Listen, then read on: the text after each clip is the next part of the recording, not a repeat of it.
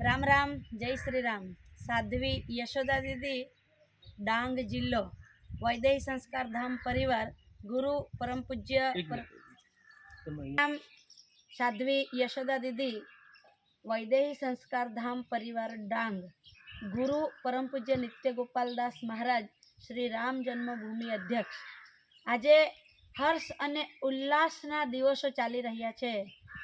500 વર્ષની લડાઈ પછી અનેક કારસેવકો, અનેક સાધુ સંતો, વિશ્વ હિન્દુ પરિષદ કે અનેક સાધુ સંતોએ જે પોતાનું બલિદાન આપ્યું, કારસેવકોએ બલિદાન આપ્યું। એક સમય હતો કે સરયુજીની અંદર જળની જગ્યાએ લોહીની અમે લોકો જે ધારા જોઈ રહ્યા હતા એની જગ્યાએ આજે જે રામ મંદિર બની રહ્યું છે ત્યાં બાળ સ્વરૂપ ભગવાન શ્રી રામલલાની મૂર્તિ બિરાજમાન થવાની છે 22 જાન્યુઆરીએ।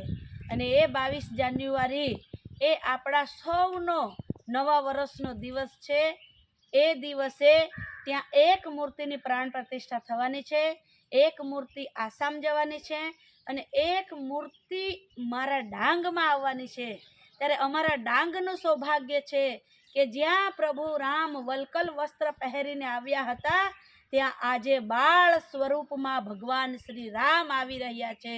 અને અહીંયા જે વિધર્મીઓ કામ કરી રહ્યા છે એની સમક્ષ આજે અમારો રામલલા બિરાજમાન થશે। ત્યારે મારા જ આદિવાસી, મારા જ જનજાતિ સમાજના લોકો જે રસ્તો ભૂલીને બીજો રસ્તો પકડ્યો છે એ રામલલાના શરણમાં આવશે।